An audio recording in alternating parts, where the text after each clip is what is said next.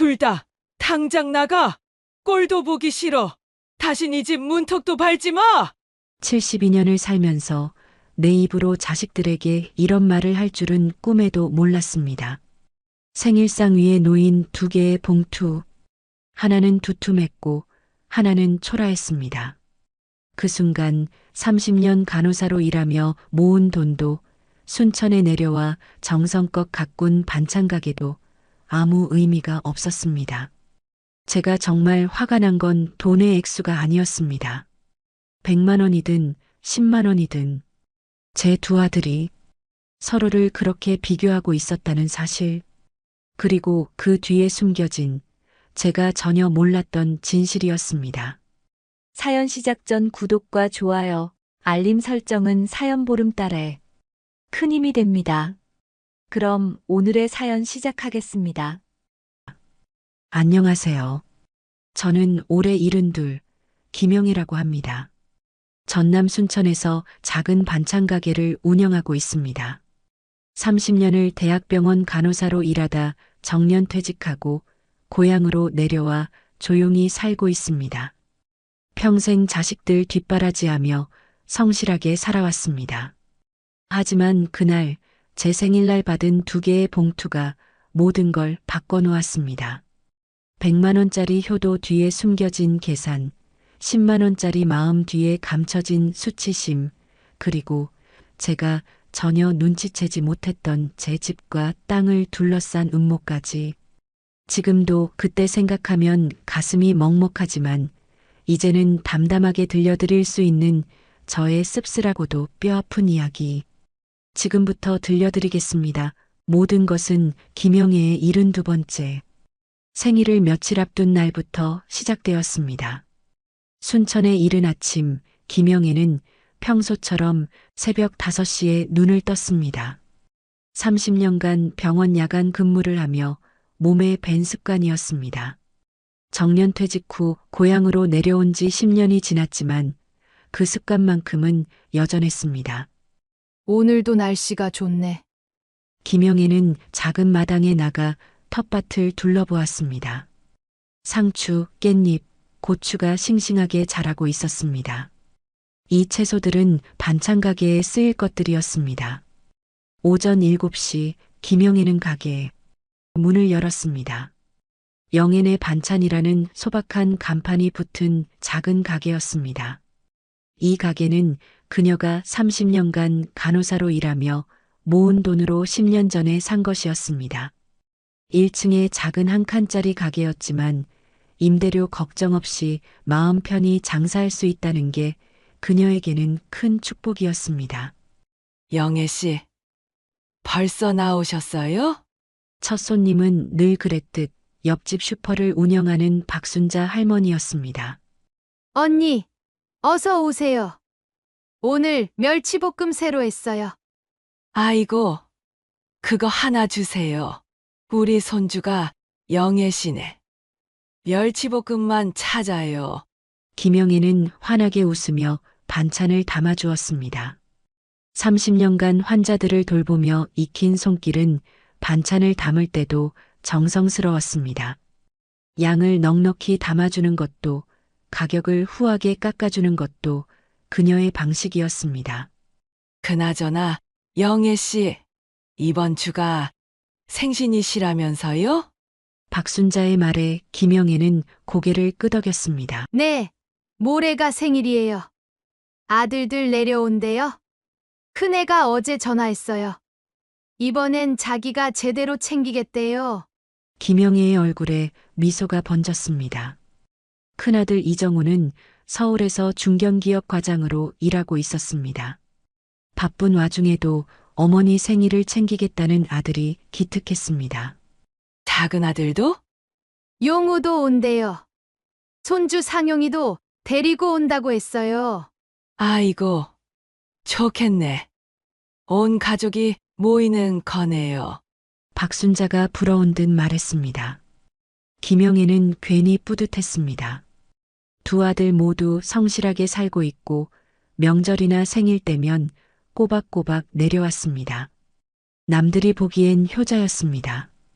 오전 내내 단골 손님들이 이어졌습니다. 김영애의 반찬은 동네에서 소문이 났습니다. 간이 딱 맞고 재료가 신선하며 무엇보다 정성이 느껴진다는 평이었습니다. 영애 선생님, 오늘 김치찌개 국물 좀 주세요. 선생님, 저번에 드신 된장찌개 레시피 좀 알려주세요. 손님들은 김영애를 선생님이라고 불렀습니다. 30년간 병원에서 일한 경력을 아는 사람들이었습니다. 김영애는 그저 웃으며 손님들을 맞았습니다. 선생님, 요즘은 좀 어때요? 편찮으신 데는 없으시고요? 단골 중 한 명이 물었습니다. 괜찮아요. 이렇게 움직이니까 오히려 건강해진 것 같아요. 김영애는 진심으로 그렇게 느꼈습니다. 정년퇴직 후 서울에서 혼자 지낼 때가 더 외롭고 힘들었습니다. 고향으로 내려와 작은 가게를 하면서 오히려 활력이 생겼습니다. 오후 2시 손님들이 뜸해지자 김영애는 가게 한쪽에 앉아 잠시 쉬었습니다. 벽에는 가족 사진들이 걸려 있었습니다. 돌아가신 남편과 찍은 사진, 아들들의 어린 시절 사진, 그리고 손주 상용이의 사진.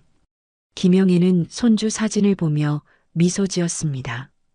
9살 상용이는 할머니를 무척 따랐습니다. 방학 때마다 순천에 내려와 가게 일도 거들고 텃밭에서 채소도 따고 했습니다. 할머니, 나 크면 할머니랑 같이 살 거야. 상용이가 했던 말이 떠올랐습니다. 그 말이 얼마나 사랑스러웠는지. 휴대폰이 울렸습니다. 큰아들 정우였습니다. 어머니, 저예요. 그래, 잘 지내지? 네. 어머니, 생신날 제가 좀 일찍 내려갈게요. 준비할 게 있어서요. 뭘 준비해? 그냥 오기만 해도 되는데. 아니에요. 이번엔 제대로 하고 싶어요. 그리고 어머니. 정우의 목소리가 잠시 머뭇거렸습니다. 왜? 요즘 혼자 계시니까 불편하고 외롭지 않으세요? 집도 오래됐고, 텃밭도 그렇고, 땅 관리도 그렇고, 혼자 하시기 힘드시잖아요. 김영애는 속으로 고개를 가로저었습니다. 또 시작이구나 싶었습니다. 정우는 가끔 이런 말을 했습니다. 집이 낡았다. 순천은 외진 곳이다. 서울 근처로 오시는 게 어떻겠냐고. 괜찮아. 나 여기가 좋아. 친구들도 있고. 그래도 어머니, 나중을 생각하면, 나중은 나중에 생각하자. 지금은 이게 좋아. 김영애는 단호하게 말했습니다. 정우는 더 이상 말을 잇지 않았습니다. 알겠어요. 그럼 모레 뵐게요. 그래, 조심해서 와라. 전화를 끊고 김영애는 잠시 생각에 잠겼습니다. 아들의 걱정이 고마우면서도 한편으론 불편했습니다. 왜 자꾸 집과 땅 이야기를 하는 걸까? 순천의 공간은 비록 오래됐지만 그녀에겐 소중한 공간이었습니다. 그리고 이 가게도 뒤뜰의 텃밭도 모두 그녀가 평생 일해서 마련한 것들이었습니다. 김영애는 가게 뒤편 작은 사무실로 들어갔습니다. 책상 서랍을 열자 서류 봉투가 보였습니다. 땅 등기부등본이었습니다. 순천 외곽에 있는 땅, 평생 모은 돈으로 10년 전에 산 땅이었습니다. 당시엔 별로 비싸지 않았지만 요즘 그 근처에 개발 이야기가 나온다고 했습니다. 이것도 나중엔 애들한테 물려줘야지. 김영애는 혼잣말을 했습니다. 자식들에게 큰 유산을 남겨줄 순 없어도 이 정도는 나눠줄 수 있을 거라고 생각했습니다. 저녁 6시 김영애는 가게에 문을 닫았습니다. 집으로 돌아와 저녁을 먹고 TV를 켰습니다. 뉴스에서는 부동산 이야기가 나왔습니다. 순천 외곽 개발 계획이 언급되었습니다. 저기가 내 땅 근처인데. 김영애는 화면을 유심히 봤습니다. 앵커는 땅값이 오를 거라고 했습니다. 김영애는 별 감흥이 없었습니다. 팔 생각도 없었고 그냥 아들들한테 물려주면 그만이었습니다. 밤 9시 작은 아들 용우에게서 전화가 왔습니다. 어머니, 저예요. 그래, 용우야. 생신날 제가 상용이랑 같이 내려갈게요. 그래, 잘 지내지? 상용이는?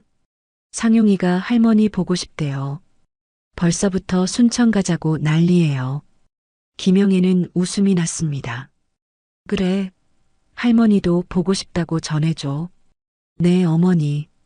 그리고 매년 죄송해요. 제가 형님처럼 많이 챙겨드리지도 못하고. 용우의 목소리가 미안함으로 가득했습니다. 무슨 소리야? 내가 얼마나 잘하는데. 이번에도 잘 챙겨드리지 못할 것 같아서 내년에는 꼭 신경 쓸게요. 용우야, 그런 생각하지 마. 내가 오는 것만으로도 충분해.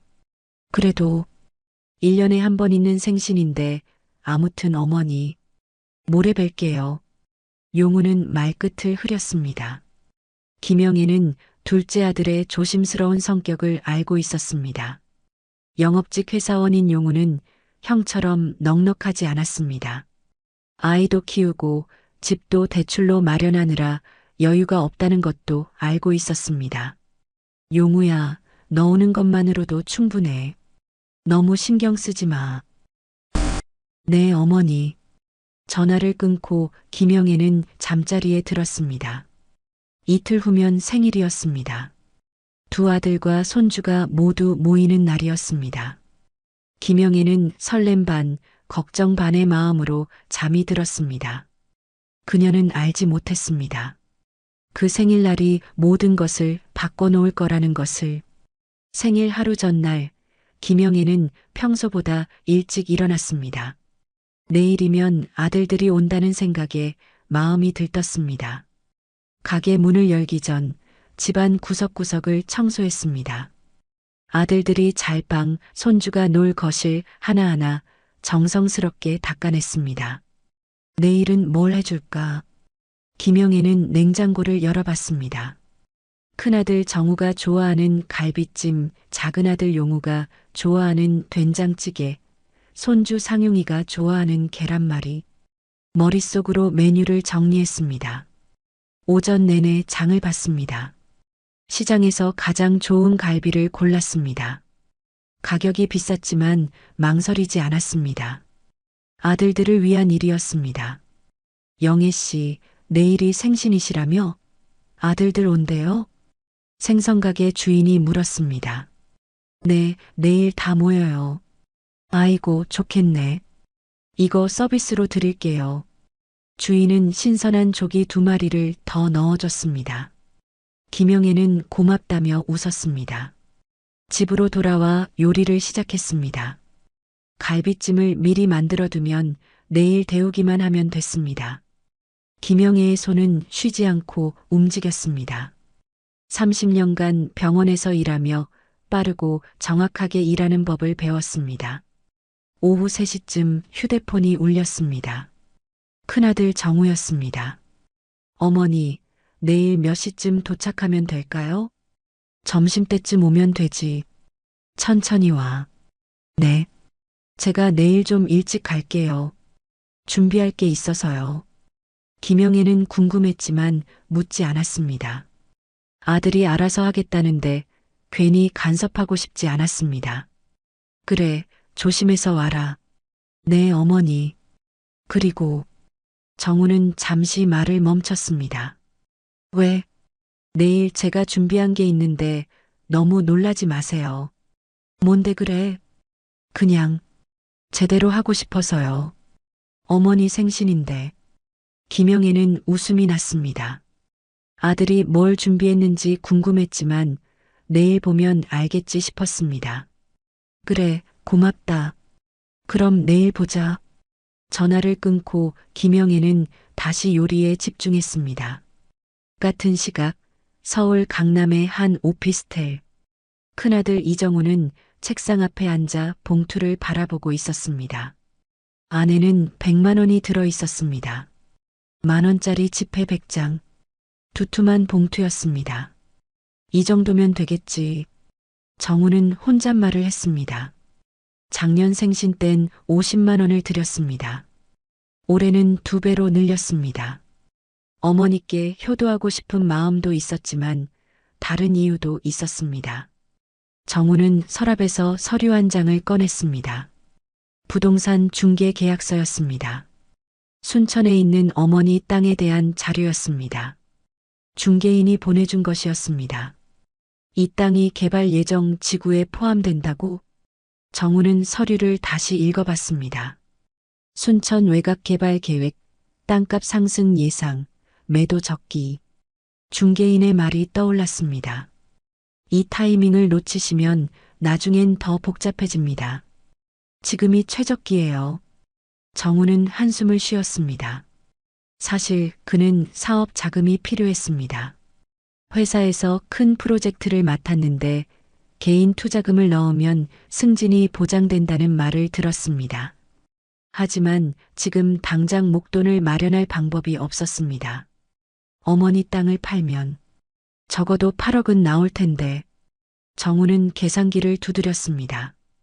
8억 중 절반인 4억은 어머니께 드리고 나머지로 투자를 하면 됐습니다. 어머니도 그 돈에 가게랑 집까지 팔면 서울 근처 작은 아파트를 구하실 수 있을 것 같았습니다. 그게 어머니한테도 좋은 거야. 순천에서 혼자 계시는 것보다. 정우는 스스로를 합리화했습니다. 하지만 속으로는 찜찜했습니다. 어머니께 말씀도 안 드리고 중개인을 만난 것, 땅 시세를 알아본 것, 모두 어머니 몰래 한 일이었습니다. 내일 말씀드려야 하나? 정우는 고민했습니다. 하지만 쉽게 결정이 서지 않았습니다. 100만 원짜리 봉투를 다시 바라봤습니다. 일단 이걸로 어머니 기분 좋게 해드리고 그 다음에 천천히 말씀드리자. 정우는 봉투를 서랍에 넣었습니다. 같은 시각 경기도 부천의 작은 아파트. 작은 아들 이용우는 거실 소파에 앉아 지갑을 열었습니다. 안에는 5만 원짜리 지폐 2장이 들어 있었습니다. 10만 원. 용우가 사용할 수 있는 금액이었습니다. 영업직 회사원인 용우는 매달 실적 압박에 시달렸습니다.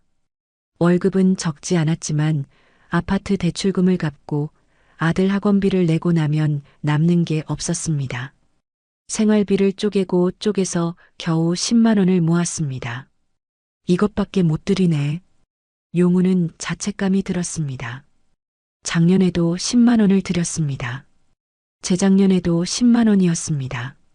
매년 똑같은 금액이었습니다. 형님은 또 얼마나 챙기실까? 용우는 형 정우를 떠올렸습니다. 정우는 늘 넉넉했습니다. 좋은 차를 몰고 좋은 옷을 입고 여유로워 보였습니다. 명절 때마다 큰 봉투를 내밀었습니다. 나만 맨날 쪼달리는 것 같아. 용우는 한숨을 쉬었습니다. 아내가 부엌에서 나왔습니다. 여보, 그거 내일 드릴 거예요? 응. 이거라도. 형님은 또 크게 준비하신다며? 아내의 말에 용우는 더 기가 죽었습니다. 형님은 형님이고 우리는 우리지 뭐. 그래도 어머님 앞에서 또 비교되면 어쩌려고요. 아내의 말이 가슴에 꽂혔습니다. 작년 추석 때가 떠올랐습니다. 형이 큰 봉투를 내밀자 어머니 얼굴이 환해졌습니다. 그 다음 자신의 작은 봉투를 받으실 때 어머니 표정이 미묘하게 변했던 것 같았습니다. 그래도 어머니 생신인데 안 갈 수도 없잖아. 그건 그렇지. 상용이도 할머니 보고 싶어 하고 아들 상용이는 방에서 그림을 그리고 있었습니다. 할머니께 드릴 그림이라고 했습니다. 상용이는 할머니와 특별한 인연이 있었습니다. 상용이가 4살 때 용우 부부는 맞벌이가 너무 힘들었고 아이를 맡길 곳이 없었습니다. 그때 김영애가 순천에서 서울로 올라와 2년 동안 손주를 키웠습니다. 밥을 먹이고 재우고 아플 때 병원에 데려가고 할머니는 모든 것을 해주었습니다. 그래서 상용이는 할머니를 유난히 따랐습니다. 지금도 할머니 목소리만 들으면 환하게 웃었습니다. 용우는 아들 방으로 들어갔습니다. 상용아, 뭐 그려? 할머니 그려요. 할머니랑 나랑 같이 있는 거. 그림 속에는 할머니와 손주가 손을 잡고 웃고 있었습니다. 서툰 솜씨지만 정성이 느껴졌습니다. 할머니, 이거 보시면 좋아하시겠다. 진짜요? 나 내일 할머니 빨리 보고 싶어요. 상용이의 밝은 얼굴을 보자 용우는 조금 마음이 놓였습니다. 돈은 적어도 아들의 마음만큼은 진심이었습니다. 그래, 내일 일찍 출발하자. 용우는 10만 원짜리 봉투를 책상 서랍에 넣었습니다. 그날 밤 김영애는 잠자리에 들었습니다. 내일이면 아들들이 온다는 생각에 설렜습니다. 두 아들이 모두 건강하고 손주도 잘 자라고 있고 그것만으로도 감사했습니다. 내일은 좋은 날이 되겠지. 김영애는 그렇게 생각하며 잠이 들었습니다. 그녀는 몰랐습니다. 내일 그 생일상 위에 놓일 2개의 봉투가 모든 것을 바꿔놓을 거라는 것을. 서울과 부천, 그리고 순천, 3곳에서 서로 다른 마음을 품은 3사람이 같은 밤을 보냈습니다. 한 사람은 기대감으로, 한 사람은 계산으로, 한 사람은 자책감으로. 내일은 김영애의 72번째 생일이었습니다. 생일 당일 아침 김영애는 새벽부터 부산하게 움직였습니다. 어제 만들어둔 갈비찜을 데우고 된장찌개를 끓이고 밑반찬들을 예쁘게 그릇에 담았습니다. 식탁 위에는 음식들이 하나둘 놓이기 시작했습니다. 이 정도면 되겠지. 김영애는 만족스럽게 식탁을 바라봤습니다. 72번째 생일이었지만 가족들이 모두 모인다는 게 가장 큰 선물이었습니다. 오전 11시 현관문이 열렸습니다. 어머니 왔어요. 큰아들 정우와 며느리가 들어섰습니다. 정우는 손에 큰 쇼핑백을 들고 있었습니다. 어머니, 생신 축하드려요. 며느리가 인사를 건넸습니다. 김영애는 반갑게 맞아주었습니다. 그래, 잘 왔어. 고생했어. 어머니, 이거 받으세요. 정우는 쇼핑백을 건넸습니다. 안에는 고급 한복이 들어 있었습니다. 이게 뭐야? 이런 거 왜 사? 어머니 생신인데 당연히 챙겨드려야죠. 김영애는 고마우면서도 부담스러웠습니다. 한복값이 만만치 않아 보였습니다. 정오쯤 작은아들 용우 가족이 도착했습니다. 할머니, 상용이가 뛰어들어왔습니다. 김영애는 손주를 꼭 안아주었습니다. 우리 상용이 많이 컸네. 할머니가 얼마나 보고 싶었는지 몰라. 저도요. 할머니, 이거 할머니 생일 선물이에요. 상용이는 가방에서 그림을 꺼냈습니다. 할머니와 상용이가 손을 잡고 웃고 있는 그림이었습니다. 어머, 우리 상용이가 그렸어? 정말 예쁘다. 김영애의 눈가가 촉촉해졌습니다. 상용이가 너무 사랑스러웠습니다. 어머니, 생신 축하드려요. 용우가 인사했습니다. 김영애는 작은아들 가족을 반갑게 맞았습니다. 그래, 너희도 잘 왔어. 고생 많았지. 가족들이 모두 모였습니다. 김영애는 잠시 방에 들어가 옷을 갈아입었습니다. 그 사이 부엌에서는 두 며느리가 음식을 나르고 있었습니다. 형님, 이번에는 얼마 하셨어요? 작은 며느리가 조심스럽게 물었습니다. 100만 원이요. 큰 며느리가 담담하게 답했습니다. 100만 원이요? 작은 며느리의 목소리가 작아졌습니다. 네. 어머님 생신인데 당연히 해드려야죠. 큰 며느리는 그릇을 옮기며 말했습니다. 그런 건 미리 상의를 좀 하셔야 하는 거 아니에요? 없는 사람도 좀 생각을 해주셔야죠. 작은 며느리의 말에 큰 며느리가 돌아봤습니다. 무슨 소리예요? 제가 얼마를 하든 그게 일일이 보고를 해야 돼요? 그게 아니라 저희는 형님처럼 여유가 없잖아요. 그건 저희 문제가 아니잖아요. 각자 형편대로 하는 거지. 형님은 그렇게 말씀하시지만 비교가 되잖아요. 비교는 왜 해요? 어머님께 드리는 건데. 두 사람의 목소리가 조금씩 날카로워졌습니다. 형님, 매번 이러시면 저희가 너무 초라해요. 그건 제가 어떻게 해요? 저희는 저희 방식대로 하는 건데. 방식이 아니라 배려의 문제잖아요. 배려요? 제가 뭘 배려 안 했다는 거예요? 순간 방에서 김영희가 나오는 소리가 들렸습니다. 애들아, 다 됐어? 두 며느리는 재빨리 표정을 바꿨습니다. 네, 어머니. 거의 다 됐어요. 금방 차려드릴게요. 아무 일도 없었다는 듯 두 사람은 태연하게 음식을 날랐습니다. 하지만 분위기는 이미 미묘하게 틀어져 있었습니다. 어머니, 정말 많이 준비하셨네요. 며느리가 말했습니다. 너희 오는데 당연히 준비해야지. 식사가 시작되었습니다.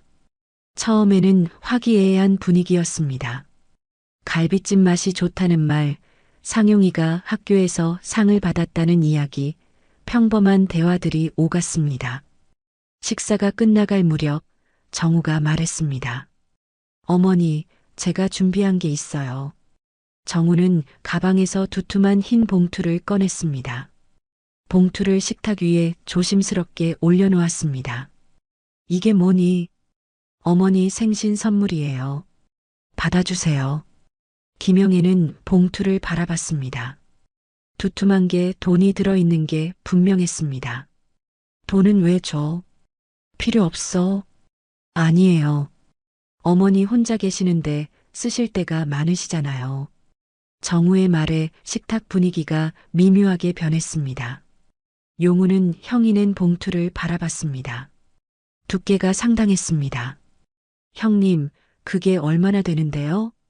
용우가 조심스럽게 물었습니다. 100만 원이요. 정우가 태연하게 답했습니다. 순간 식탁이 조용해졌습니다. 용우의 얼굴이 굳었습니다. 100만 원. 자신이 준비한 돈의 10배였습니다. 형님, 100만 원이요? 네. 어머니 생신인데 이 정도는 해야죠. 엄마 아들 서울에서 돈 잘 벌고 있어요. 큰아들 마음이라고 생각하고 받아주세요. 정우의 말이 담담했지만 용우에게는 비수처럼 꽂혔습니다. 이 정도는 해야죠라는 말이 마치 자신을 비난하는 것 같았습니다. 저도 준비한 게 있는데요. 용우는 떨리는 손으로 주머니에서 봉투를 꺼냈습니다. 얇은 봉투였습니다. 형의 봉투 옆에 놓자 차이가 확연했습니다. 두툼한 것과 얇은 것, 100만 원과 10만 원. 김영애는 두 개의 봉투를 바라봤습니다. 가슴이 답답해졌습니다. 돈의 액수 때문이 아니었습니다. 100만 원이든 10만 원이든 그게 중요한 게 아니었습니다. 두 아들이 서로를 의식하는 눈빛, 며느리들의 미묘한 표정, 식탁 위에 흐르는 긴장감. 가족이 모인 자리가 이렇게 불편해질 줄은 몰랐습니다. 애들아, 이거 왜 이래? 돈은 왜 줘? 어머니, 그냥 받으세요. 저희 마음이에요. 정우가 말했습니다. 하지만 그 말이 용우에게는 더 상처가 되었습니다. 저희 마음이라는 말 속에는 나는 100만 원만큼의 마음이 있고 너는 10만 원만큼의 마음밖에 없다는 의미가 담긴 것 같았습니다. 며느리가 봉투를 보며 말했습니다. 어머니, 이제 편하게 쓰세요. 정우 씨가 정말 신경 많이 썼어요. 그 말에 용우의 아내 얼굴이 굳었습니다. 작은 봉투를 본 큰 며느리의 시선이 느껴졌습니다. 저희도 최선을 다한 건데. 용우의 아내가 작게 중얼거렸습니다. 뭐라고요? 큰 며느리가 물었습니다. 아니에요. 분위기가 싸늘해졌습니다. 김영애는 두 봉투를 보며 마음이 무거워졌습니다. 이게 아닌데 싶었습니다. 애들아, 이거 다 가져가. 나는 돈 필요 없어. 어머니, 왜 그러세요? 저희가 드리는 건데. 정우가 말했습니다. 그래요, 어머니. 받으세요. 며느리도 거들었습니다. 하지만 용우는 아무 말도 하지 못했습니다. 자신의 10만 원이 초라하게 느껴졌습니다. 형의 100만 원 옆에 놓인 자신의 봉투가 부끄러웠습니다. 형님은 참 여유가 있으시네요. 용우가 비꼬듯 말했습니다. 무슨 소리야? 나도 열심히 일해서 모은 거야. 그래도 100만 원이면 대단하시죠. 사전에 귀뜸이라도 좀 해주시던가. 용우야, 왜 그래? 정우가 당황한 표정을 지었습니다. 아니에요. 그냥 부럽네요. 저는 이게 전부거든요. 용우는 자신의 얇은 봉투를 가리켰습니다. 용우야, 형이 그런 의도로 한 게 아니야. 그럼 무슨 의도세요? 저보고 부끄러우라고요? 야, 지금 무슨 소리 하는 거야? 정우의 목소리가 높아졌습니다. 형님은 맨날 이래요. 명절 때마다, 생신 때마다 큰 돈 내놓고 저보고 초라하게 만들잖아요. 내가 언제 너를 초라하게 만들었어? 두 아들이 목소리를 높이기 시작했습니다. 김영애는 가슴이 답답했습니다. 얘들아, 그만해. 하지만 두 사람은 멈추지 않았습니다. 형님은 모르시겠죠. 저는 매달 대출 이자만 100만 원이 넘어요. 아이 학원비 내고 생활비 쓰고 나면 이게 전부예요. 그건 나도 마찬가지야. 나도 여유가 있어서 100만 원 내는 거 아니야. 그럼 왜 내세요? 왜 매번 저를 비교당하게 만드세요? 용우의 목소리가 떨렸습니다. 그의 눈가가 붉어졌습니다. 며느리들도 끼어들었습니다. 도련님, 그렇게 말씀하시면 안 되죠. 형님께서 효도하시는데. 큰 며느리가 말했습니다. 효도요? 이게 효도예요? 동생 무시하는 게 효도예요? 작은 며느리가 받아쳤습니다. 저희도 최선을 다한 건데 형님네는 그걸 무시하시네요. 무시는 무슨요? 저희는 저희 방식대로 한 거예요. 큰 며느리가 맞받았습니다. 방식이요? 저희를 초라하게 만드는 게 방식이에요? 그건 제 문제가 아니잖아요. 큰 며느리가 벌떡 일어났습니다. 작은 며느리도 자리에서 일어났습니다. 두 사람이 서로를 노려봤습니다. 앉으세요, 형님. 당신이나 앉아요. 며느리들의 목소리가 점점 커졌습니다. 두 아들도 아내들을 말리려다 서로 부딪혔습니다. 형님, 형수님 좀 말리세요. 너희 집사람부터 말려. 순간 누군가 팔을 휘둘렀고 식탁 위 그릇이 바닥으로 떨어졌습니다. 와장창. 김영애가 정성스럽게 담았던 반찬 그릇이 산산조각 났습니다. 갈비찜 국물이 바닥에 쏟아졌습니다. 식탁은 순식간에 전쟁터가 되었습니다. 두 형제가 서로를 비난하고 며느리들이 남편을 편들고 목소리가 점점 커졌습니다. 상용이가 겁에 질린 얼굴로 할머니를 바라봤습니다. 할머니. 김영애는 손주를 꼭 안아주었습니다. 그리고 천천히 일어났습니다. 다들 그만해. 김영애의 목소리는 낮았지만 단호했습니다. 하지만 아무도 듣지 않았습니다. 형님, 맨날 이래요. 돈으로 효도 재는 게. 야, 내가 언제 돈으로 재웠어. 지금 이 봉투가 그 증거잖아요. 김영애는 두 봉투를 집어들었습니다. 100만 원짜리와 10만 원짜리. 손이 떨렸습니다.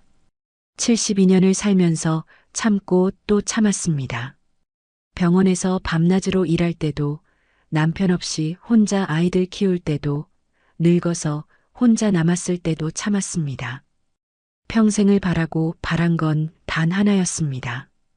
두 아들이 건강하게 우애 있게 살아가는 것, 서로 의지하고 돕는 형제가 되는 것, 그게 전부였습니다. 하지만 지금 눈앞에서 벌어지는 광경은 완전 정반대였습니다. 자식들이 서로를 비교하고 며느리들이 서로를 비난하고 돈으로 효도를 재는 이 순간 더 이상 참을 수가 없었습니다. 인내심의 한계였습니다. 그리고 두 봉투를 바닥에 던졌습니다. 당장 닥치지 못해? 김영애의 목소리가 식탁을 울렸습니다. 모두가 숨을 죽였습니다. 지금 엄마 앞에서 도대체 뭣들 하는 짓이야. 72년을 살면서 자식들에게 이런 식으로 소리를 지른 적이 없었습니다. 두 아들은 얼어붙었습니다. 당장 나가. 식탁이 조용해졌습니다. 모두가 김영애를 바라봤습니다. 살면서 한 번도 본 적 없는 어머니의 모습이었습니다. 차갑고 단호한 목소리, 얼어붙은 표정. 정우는 말문이 막혔습니다. 용우도 얼어붙었습니다. 며느리들은 숨도 제대로 쉬지 못했습니다. 어머니, 정우가 떨리는 목소리로 불렀습니다. 다신 이 집 문턱도 밟지 마. 김영애의 목소리는 더욱 차갑고 단호했습니다. 두 아들과 며느리들은 생전 처음 보는 어머니의 모습에 얼어붙었습니다. 언제나 부드럽고 온화했던 어머니, 무엇이든 이해해주고 받아주었던 어머니, 그 어머니가 지금 이렇게 차갑게 자신들을 내쫓고 있었습니다. 순간 그들은 깨달았습니다. 무언가 크게 잘못됐다는 것을, 돌이킬 수 없는 선을 넘었다는 것을. 어머니, 저희가. 용우도 떨리는 목소리로 말하려 했지만 김영애는 고개를 저었습니다. 어머니, 저희가 잘못했어요. 죄송해요. 정우가 다급하게 말했습니다. 어머니, 제가 잘못했어요. 용우도 무릎을 꿇었습니다. 하지만 김영애는 고개를 저었습니다. 너희가 뭘 잘못했는지도 모르면서 사과하지 마. 나가. 지금 당장. 어머니, 그냥 더 이상 말하지 말고 당장 나가. 그리고 뭘 잘못했는지 알 때까지 연락도 하지 마. 김영애의 단호한 목소리에 두 아들은 할 말을 잃었습니다. 며느리들도 얼어붙었습니다. 상용이가 울음을 터뜨렸습니다. 할머니, 우리 안 가면 안 돼요. 김영애는 손주를 안아주며 눈물을 참았습니다. 상용아, 괜찮아. 할머니는 괜찮아. 상용아, 오늘만 일찍 헤어지고 다음에 다시 만나자. 할머니가 미안해. 결국 두 아들 가족은 집을 나섰습니다. 현관문이 닫히는 소리가 크게 울렸습니다. 김영애는 혼자 남은 식탁을 바라봤습니다. 가득했던 음식들, 바닥에 떨어진 두 개의 봉투, 그리고 텅 빈 의자들. 그녀는 천천히 주저앉았습니다. 72번째 생일은 그렇게 끝났습니다. 현관문이 닫혔습니다. 김영애는 텅 빈 거실에 혼자 남았습니다. 아까까지만 해도 웃음소리로 가득했던 공간이 이제는 무겁게 침묵했습니다. 식탁 위에는 먹다 남은 음식들이 그대로 있었습니다. 갈비찜, 된장찌개, 밑반찬들. 새벽부터 정성스럽게 준비한 음식들이었습니다. 바닥에는 두 개의 봉투가 떨어져 있었습니다. 김영애는 천천히 무릎을 꿇고 봉투를 주워들었습니다. 100만 원짜리와 10만 원짜리. 손이 떨렸습니다. 이게 뭐가 중요한 건데. 혼잣말이 새어나왔습니다. 눈물이 흘러내렸습니다. 72번째 생일이었습니다. 가족들과 함께 웃고 떠들며 보낼 거라고 생각했습니다. 손주 상용이가 그려준 그림을 보며 행복해할 거라고 상상했습니다. 하지만 현실은 달랐습니다. 김영애는 소파에 앉았습니다. 벽에 걸린 가족 사진들이 보였습니다. 두 아들이 어렸을 때 사진, 학교 졸업 사진, 결혼식 사진. 모두 웃고 있었습니다. 내가 뭘 잘못한 걸까? 김영애는 스스로에게 물었습니다. 30년간 병원에서 밤낮으로 일했습니다. 아이들 학비를 대고 결혼 자금을 마련해주고 손주까지 키워줬습니다. 부족한 게 있었나 싶었습니다. 하지만 돌아오는 건 돈으로 재는 효도였습니다. 100만 원과 10만 원. 그 차이로 서로를 비교하고 다투는 자식들이었습니다. 돈이 뭐가 중요한데? 김영애는 두 봉투를 식탁 위에 올려놓았습니다. 그리고 주방으로 가서 설거지를 시작했습니다. 손을 움직여야 마음이 조금이라도 편해질 것 같았습니다. 그릇을 닦으며 생각했습니다.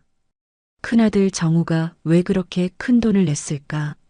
작은아들 용우는 왜 그렇게 초라함을 느꼈을까? 두 아들 모두 자신의 방식대로 어머니를 생각한 것이었을 텐데 왜 이렇게 됐을까? 설거지를 마치고 김영애는 다시 거실로 돌아왔습니다. 상용이가 그려준 그림이 식탁 한쪽에 놓여 있었습니다. 할머니와 손주가 손을 잡고 웃고 있는 그림. 상용아. 김영애는 그림을 가슴에 안았습니다. 눈물이 다시 흘러내렸습니다. 저녁 8시가 넘었습니다. 김영애는 전화기를 바라봤습니다. 아들들에게서 연락이 올까 기다렸지만 아무 소리도 없었습니다. 그래, 내가 연락하지 말라고 했지. 김영애는 혼잣말을 했습니다. 침대에 누웠지만 잠이 오지 않았습니다. 천장을 바라보며 오늘 하루를 되돌아봤습니다. 같은 시각 서울로 돌아가는 차 안. 큰아들 이정우는 운전대를 잡은 채 아무 말도 하지 않았습니다. 옆자리 아내도 침묵했습니다. 여보. 아내가 조심스럽게 말을 꺼냈습니다. 정우는 대답하지 않았습니다. 어머님이 저렇게까지 화내실 줄은 몰랐어요. 나도 몰랐어. 정우의 목소리는 무거웠습니다. 우리가 뭘 잘못한 걸까요? 아내의 질문에 정우는 대답하지 못했습니다. 사실 그도 정확히 뭘 잘못했는지 몰랐습니다. 어머니께 100만 원을 드린 게 잘못인가? 효도를 한 건데 왜 혼났는가? 하지만 속으로는 알고 있었습니다. 100만 원이 문제가 아니라는 것을. 동생과 비교되게 만든 것도 돈으로 효도를 잰 것도 문제였습니다. 하지만 가장 큰 잘못은 따로 있었습니다. 하나뿐인 형제. 평생 함께 살아가야 할 동생과 어머니 앞에서 다툰 것. 어머니가 평생 바라고 바란 것. 형제 간의 우애를 무너뜨린 것. 그게 가장 큰 문제였다는 것을 정우는 알았지만 어떻게 해야 할지 몰랐습니다. 지금 동생에게 전화를 걸어야 할까? 아니면 어머니께 먼저 사과해야 할까? 답이 보이지 않았습니다. 용우한테 전화해 볼까요? 아내가 물었습니다. 아니. 정우는 단호하게 고개를 저었습니다. 지금은 아니야. 정우는 핸들을 꽉 쥐었습니다. 어머니의 차가운 목소리가 귓가에 맴돌았습니다. 뭘 잘못했는지 알 때까지 연락하지 마. 그 말이 가슴에 박혔습니다. 집에 도착한 정우는 서재로 들어갔습니다. 책상 서랍에서 부동산 서류를 꺼냈습니다. 순천 땅 자료였습니다. 정우는 서류를 바라보며 생각했습니다. 솔직히 동생이 얼마를 준비하든 관심도 없었습니다. 10만 원이든 50만 원이든 신경 쓰지 않았습니다. 자신은 자신대로 100만 원을 준비했고 그걸로 충분하다고 생각했습니다. 하지만 식탁에 두 봉투가 나란히 놓였을 때 그 차이가 너무 명확했습니다. 두툼한 것과 얇은 것, 100만 원과 10만 원. 나는 정말 동생을 생각하지 않았었나? 정우는 혼잣말을 했습니다. 동생이 어떤 마음으로 그 10만 원을 준비했는지, 얼마나 부담스러워했을지 한 번도 생각해 보지 않았습니다. 그저 자신이 더 많이 드리면 된다고, 그게 효도라고 생각했습니다. 결국 이게 시작이었습니다. 어머니 땅을 팔려던 계획. 그 미안함을 달래려고 100만 원을 준비한 것. 돈으로 마음을 사려 했던 것. 나는 뭘 하려고 했던 거지. 정우는 서류를 구겨버렸습니다. 같은 시각 부천으로 돌아가는 차 안. 작은 아들 이용우는 조수석에 앉아 창밖을 바라봤습니다. 뒷자리에서는 아들 상용이가 울음을 그치고 잠들어 있었습니다. 여보, 괜찮아요? 아내가 물었습니다. 응. 용우는 짧게 대답했습니다. 하지만 괜찮지 않았습니다. 형님 때문에 화난 거예요? 아니. 용우는 고개를 저었습니다. 그럼 뭐 때문에? 나 때문이야. 용우의 목소리가 떨렸습니다. 당신 잘못이 뭐가 있어요? 내가 형이랑 비교한 게 잘못이야. 용우는 자신의 주먹을 꽉 쥐었습니다. 어머니는 돈 때문에 화낸 게 아니었어. 우리가 서로 비교하고 다툰 게 문제였어. 하나뿐인 형제가 어머니 앞에서 싸우는 걸 보신 거야. 용우는 어머니의 표정을 떠올렸습니다. 두 아들이 서로를 비난하고 며느리들이 목소리를 높이는 순간 어머니의 눈빛이 변한 것 같았습니다. 실망과 좌절이 가득한 눈빛이었습니다.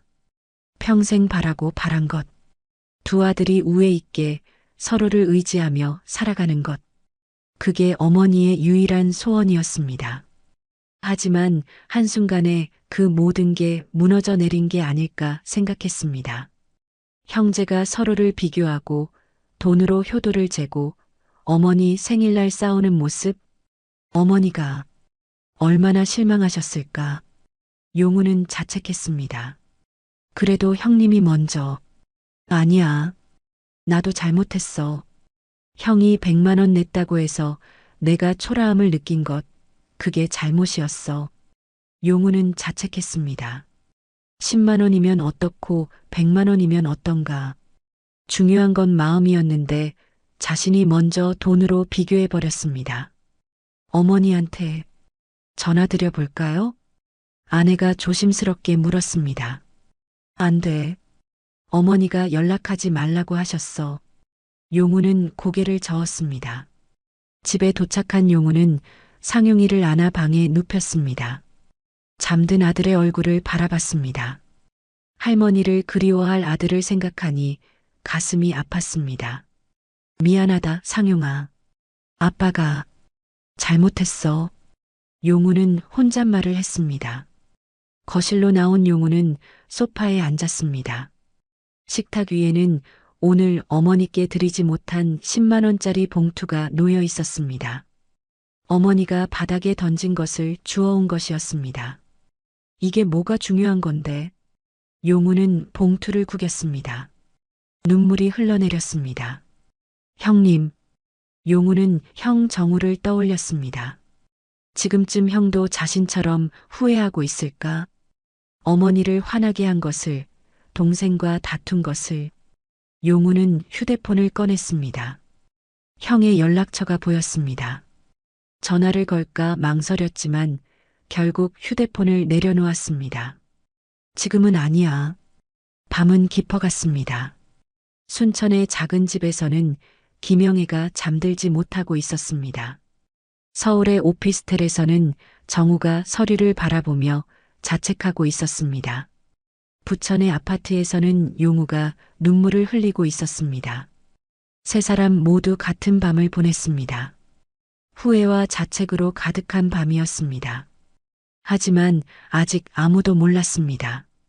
이 일이 어떤 진실을 드러낼지, 그리고 가족이 어떻게 변할지를. 김영애는 천장을 바라보며 생각했습니다. 애들이 정말 깨달을까? 그녀가 원한 건 사과가 아니었습니다. 진심 어린 반성과 깨달음이었습니다. 돈이 아니라 마음으로 효도하는 것, 형제가 서로를 존중하는 것, 그걸 깨닫길 바랐습니다. 72번째 생일 밤은 그렇게 지나갔습니다. 생일 다음 날 아침, 김영애는 일찍 눈을 떴습니다. 잠을 설쳤지만 가게 문은 열어야 했습니다. 평소처럼 새벽 5시에 일어나 씻고 옷을 갈아입었습니다.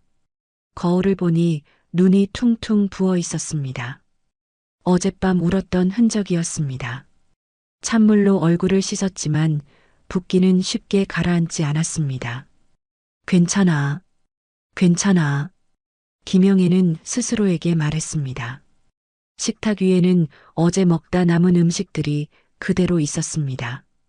갈비찜, 된장찌개, 정성스럽게 준비한 음식들이었습니다. 김영애는 음식들을 하나씩 냉장고에 넣었습니다. 버리기는 아까웠습니다. 혼자 먹기엔 너무 많았지만 며칠에 걸쳐 먹으면 될 것 같았습니다. 오전 7시 김영애는 가게 문을 열었습니다. 평소처럼 반찬을 진열하고 가게를 정돈했습니다. 손을 움직이면 마음이 조금이라도 편해질 것 같았습니다. 영애 씨, 어제 생신이셨죠? 잘 보내셨어요? 첫 손님 박순자 할머니가 들어왔습니다. 김영애는 애써 웃으며 대답했습니다. 네, 잘 보냈어요. 아들들 왔다 갔어요? 네. 김영애의 대답이 짧았습니다. 박순자는 뭔가 이상하다는 걸 눈치챘습니다. 영애 씨, 무슨 일 있어요? 얼굴이 안 좋아 보이는데. 아니에요. 그냥 좀 피곤해서요. 김영애는 얼버무렸습니다. 더 이상 묻지 말아달라는 표정이었습니다. 박순자는 더 캐묻지 않았습니다. 오전 내내 단골 손님들이 왔다 갔습니다. 모두들 생신 잘 보냈냐고 물었습니다. 김영애는 그저 고개만 끄덕였습니다. 자세히 말하고 싶지 않았습니다. 오후 2시쯤 손님이 뜸해지자 김영애는 가게 뒤편 작은 사무실로 들어갔습니다. 책상 위에는 서류들이 쌓여 있었습니다. 가게 관련 서류, 땅 등기부등본, 은행 통장. 김영애는 땅 등기부등본을 꺼내 들었습니다. 순천 외곽에 있는 땅이었습니다. 10년 전 정년 퇴직하고 고향으로 내려올 때 샀던 땅이었습니다. 당시에는 별로 비싸지 않았습니다. 하지만 요즘 그 근처에 개발 이야기가 나온다고 했습니다. 이것도 나중엔 애들한테 물려줘야지. 김영애는 혼잣말을 했습니다. 큰아들 정우에게 반, 작은아들 용우에게 반. 공평하게 나눠주려고 생각했습니다. 그때 휴대폰이 울렸습니다. 모르는 번호였습니다. 김영애는 전화를 받았습니다. 여보세요? 김영애 여사님 맞으시죠? 저는 대한부동산 중개사무소 김철수 대표입니다. 네. 무슨 일이세요? 여사님 소유의 순천 외곽 땅 말인데요. 혹시 매도 의사 있으신가요? 김영애는 당황했습니다. 아니요. 팔 생각 없는데요. 그러시군요. 사실 며칠 전에 여사님 아드님께서 저희 사무소를 방문하셨거든요. 네. 김영애의 목소리가 굳었습니다. 큰아드님이신 것 같은데 땅 시세를 알아보러 오셨어요. 매도 가능 시기랑 예상 가격도 문의하시고요. 제 아들이 언제요? 일주일 전쯤이요. 여사님께 말씀 안 드렸나 봐요? 김영애는 말문이 막혔습니다. 일주일 전이면 생일 직전이었습니다. 혹시 매도 계획 있으시면 연락 주세요. 요즘 그쪽 땅값이 많이 올라서. 알겠습니다. 끊을게요. 김영애는 서둘러 전화를 끊었습니다. 손이 떨렸습니다. 정우가 내 땅을? 김영애는 믿기지 않았습니다. 아들이 자신 몰래 땅을 알아봤다는 게 더구나 생일 직전에. 김영애는 다시 땅 등기부등본을 꺼내 들었습니다. 이 땅은 분명히 자신 명의였습니다. 아들이 마음대로 팔 수도 없는 땅이었습니다. 왜? 내 허락도 없이. 김영애는 혼란스러웠습니다. 어제 100만 원을 준 것도 그 이면에 이런 계획이 있었던 걸까? 땅을 팔려고 미리 미안함을 달래려던 건 아닐까? 김영애는 휴대폰을 들었습니다. 정우에게 전화를 걸까 망설였습니다. 하지만 어제 자신이 한 말이 떠올랐습니다. 뭘 잘못했는지 알 때까지 연락하지 마. 전화를 걸면 안 됐습니다. 아들 스스로 깨닫길 기다려야 했습니다. 하지만 가슴은 답답했습니다. 큰아들이 왜 그랬을까? 돈이 필요했던 걸까? 사업이 어려운 걸까? 아니면 정말 어머니를 서울 근처로 모시고 싶었던 걸까? 아니야. 그랬으면 나한테 먼저 말했겠지. 김영애는 고개를 저었습니다. 몰래 알아본 것. 그게 문제였습니다. 어머니에게 말하지 않고 혼자서 땅을 알아본 것. 김영애는 땅 서류를 서랍에 넣었습니다. 당장 어떻게 할 수는 없었습니다. 일단 기다려보기로 했습니다. 저녁이 되어 집으로 돌아온 김영애는 텅 빈 집을 바라봤습니다. 평소 같으면 손주 상용이에게서 문자라도 왔을 텐데 오늘은 아무 연락도 없었습니다. 김영애는 냉장고를 열어 어제 남은 갈비찜을 꺼냈습니다. 혼자 먹기엔 너무 많았지만 버릴 수는 없었습니다. 데워서 조금 먹었습니다. 맛이 없었습니다. 식사를 마치고 TV를 켰습니다. 뉴스에서는 부동산 이야기가 나왔습니다. 순천 외곽 개발 계획, 땅값 상승 전망. 그래서 정우가 팔려고 했던 거구나. 김영애는 화면을 바라봤습니다. 땅값이 오르면 8억 정도는 받을 수 있다고 했습니다. 적지 않은 돈이었습니다. 하지만 그건 내 땅인데. 김영애는 씁쓸했습니다. 자식에게 물려주려고 모아둔 땅이었습니다. 그런데 아들이 자신 몰래 그 땅을 알아봤다는 게 배신감으로 다가왔습니다. 밤 9시 박순자 할머니에게서 전화가 왔습니다. 영애 씨, 괜찮아요? 오늘 하루 종일 안색이 안 좋아 보이던데. 괜찮아요, 언니. 걱정 마세요. 무슨 일 있으면 언제든 말해요. 혼자 끙끙 앓지 말고. 고마워요. 전화를 끊고 김영애는 한숨을 쉬었습니다.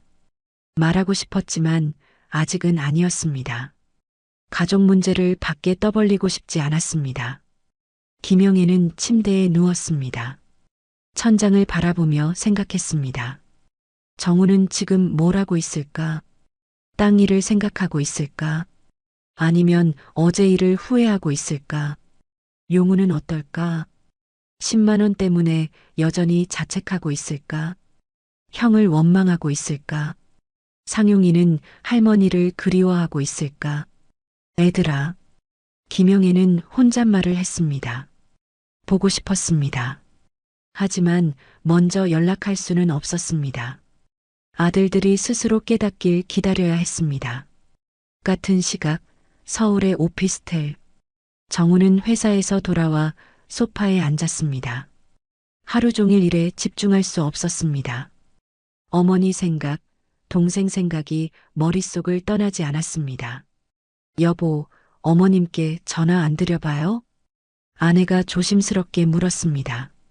어머니가 연락하지 말라고 하셨잖아. 그래도 너무 오래 이러면 아니야. 조금 더 기다려봐. 정우는 고개를 저었습니다. 사실 전화를 걸고 싶었습니다. 하지만 뭐라고 말해야 할지 몰랐습니다. 죄송하다고? 그게 전부일까? 정우는 서재로 들어가 책상 서랍을 열었습니다. 구겨진 부동산 서류가 보였습니다. 순천 땅 자료였습니다.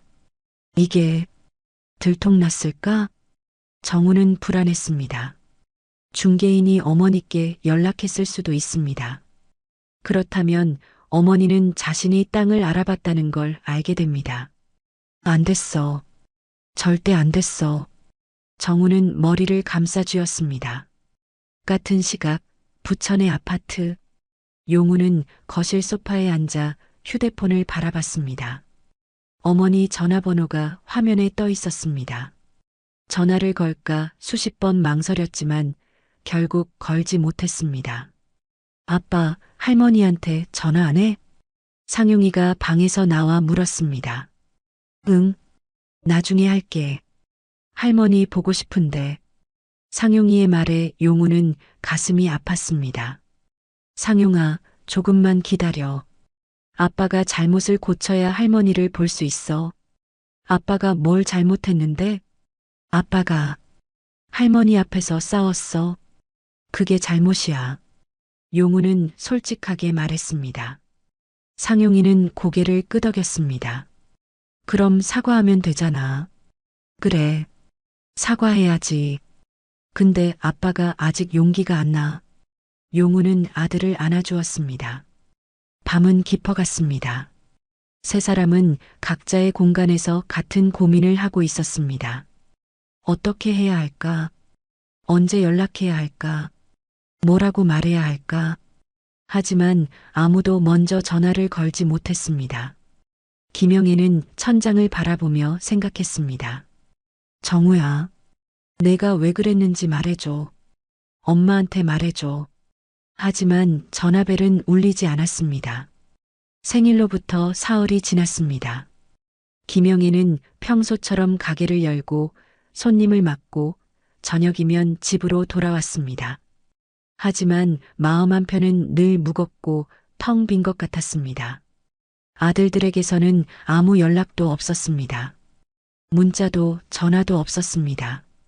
김영애도 먼저 연락하지 않았습니다. 기다렸습니다. 아들들이 스스로 깨닫고 스스로 연락하길 바랐습니다. 영애 씨, 요즘 왜 그래요? 맨날 한숨만 쉬고. 단골 박순자 할머니가 걱정스럽게 물었습니다. 괜찮아요, 언니. 아들들이랑 무슨 일 있어요? 생일 이후로 계속 이러잖아요. 김영애는 대답하지 않았습니다. 말하고 싶지 않았습니다. 가족 일을 밖에 떠벌리는 게 싫었습니다. 혹시 도와줄 일 있으면 언제든 말해요. 박순자는 더 이상 캐묻지 않고 가게를 나갔습니다. 김영애는 고마웠습니다. 오후 4시쯤 택배기사가 가게 앞에 섰습니다. 김영애님 맞으세요? 네, 맞아요. 택배 왔어요. 여기 사인 부탁드립니다. 김영애는 사인을 하고 택배 상자를 받았습니다. 보낸 사람 이름을 보니 이상용이라고 적혀 있었습니다. 손주 상용이었습니다. 상용이가? 김영애는 놀라서 상자를 열었습니다. 안에는 작은 편지 봉투와 손으로 만든 듯한 조그만 선물이 들어 있었습니다. 색종이로 접은 하트였습니다. 김영애는 먼저 편지를 펼쳤습니다. 서툰 글씨로 빼곡하게 적혀 있었습니다. 할머니, 저 상용이에요. 할머니 보고 싶어요. 할머니한테 전화하고 싶은데 아빠가 전화하면 안 된대요. 화나셨대요. 아빠가 잘못했대요. 우리 아빠 용서해주면 안 돼요? 저도 잘못했어요?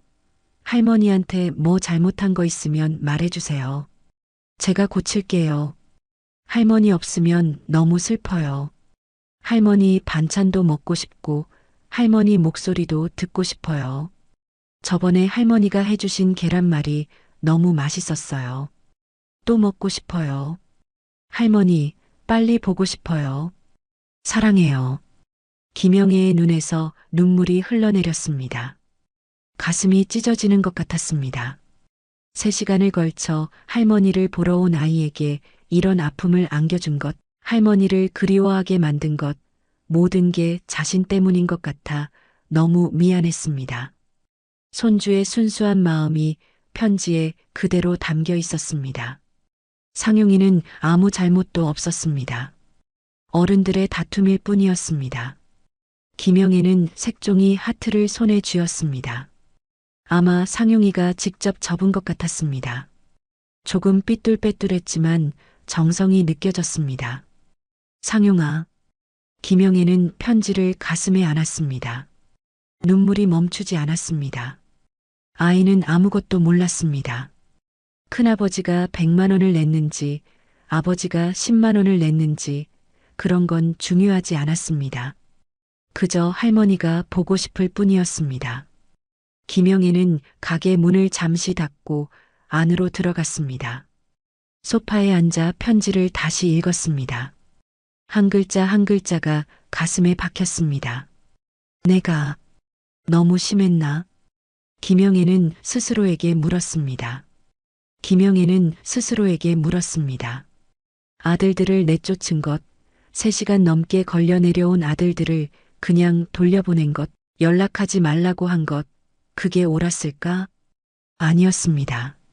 분명히 잘못은 아들들이 했습니다. 아니었습니다.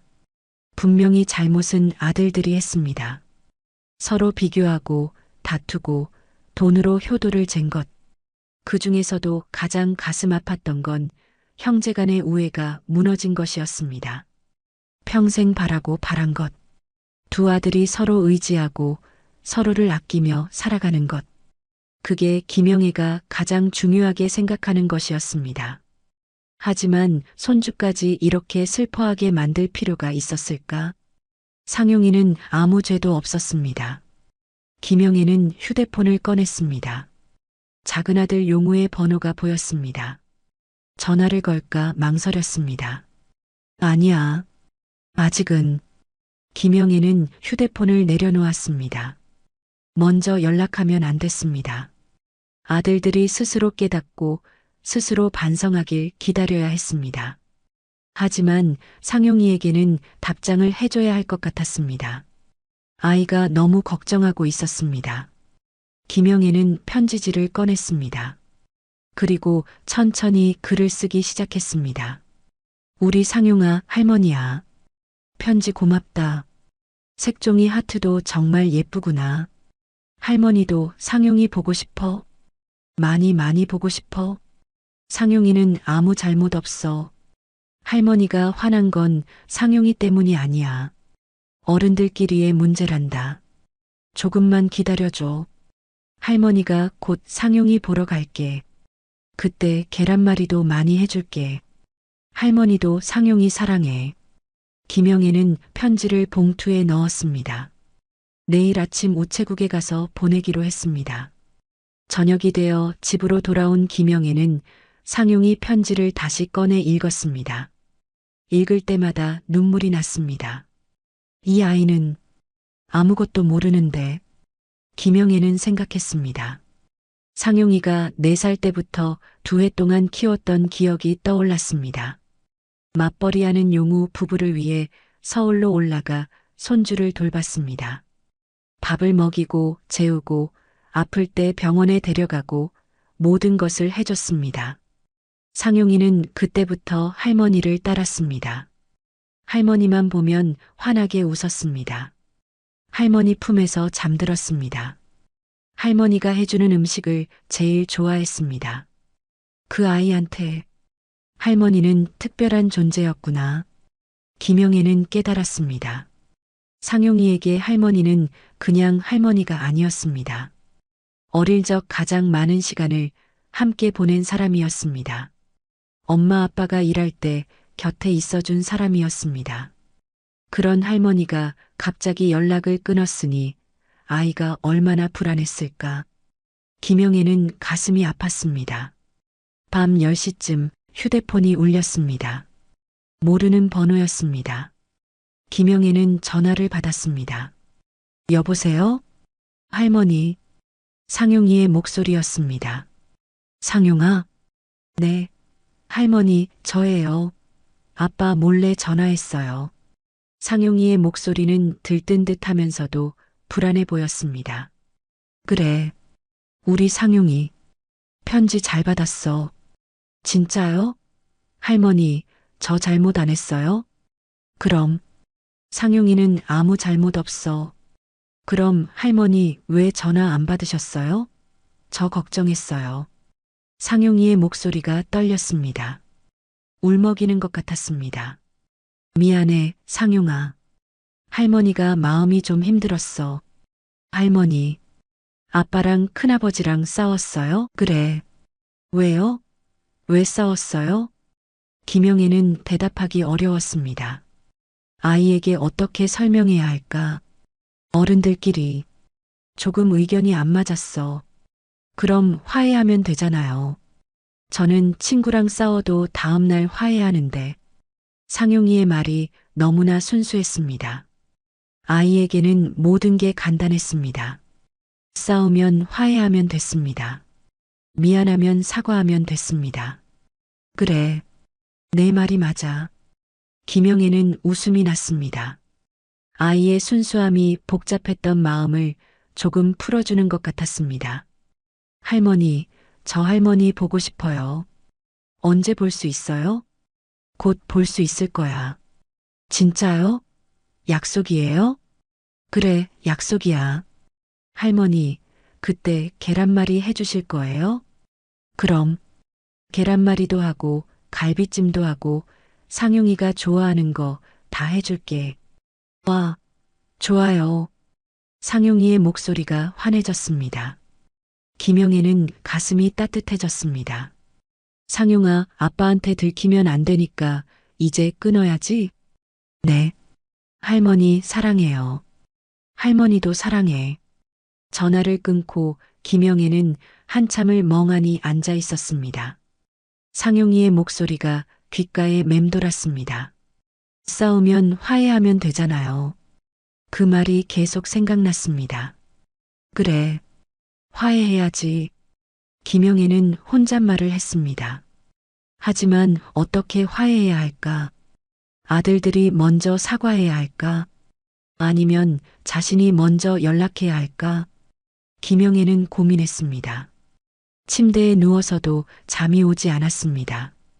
상용이 편지를 베개 옆에 두고 몇 번이고 다시 읽었습니다. 할머니 없으면 너무 슬퍼요. 그 문장이 자꾸 눈에 들어왔습니다. 김영애는 깨달았습니다. 자신이 아들들에게 상처를 준 것도 맞지만 아들들도 자신에게 상처를 줬습니다. 서로가 서로에게 상처를 줬습니다.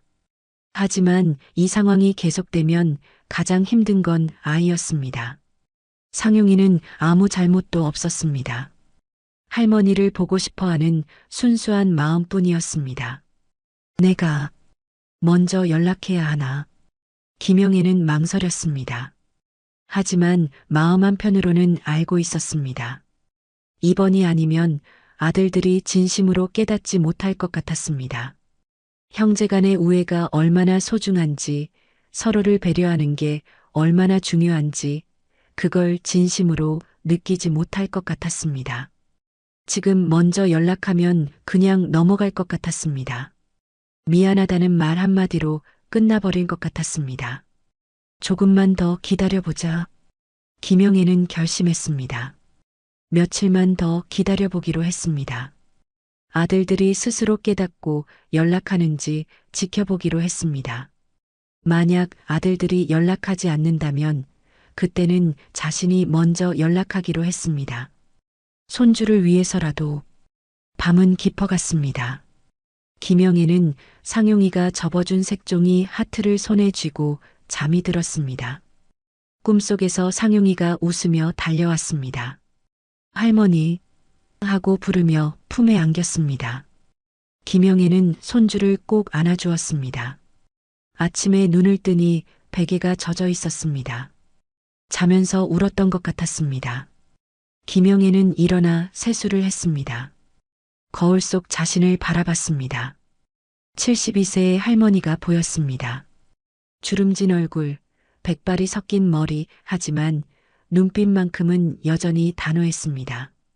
조금만 더 기다려보자. 김영애는 스스로에게 다짐했습니다. 생일로부터 일주일이 지났습니다. 김영애는 여전히 아들들에게서 아무 연락도 받지 못했습니다. 문자도 전화도 없었습니다. 마음 한편으로는 서운했지만 다른 한편으로는 더 기다려보기로 했습니다. 오전 10시쯤 가게 문이 열렸습니다. 어머니, 익숙한 목소리였습니다. 김영애는 고개를 들었습니다. 작은 아들 용우가 서 있었습니다. 초췌한 얼굴이었습니다. 수염도 깎지 않았고 옷도 구겨져 있었습니다. 용우야. 김영애는 놀라서 일어섰습니다. 어머니, 저 왔어요. 용우는 고개를 숙였습니다. 목소리가 떨렸습니다. 들어와. 앉아. 김영애는 의자를 가리켰습니다.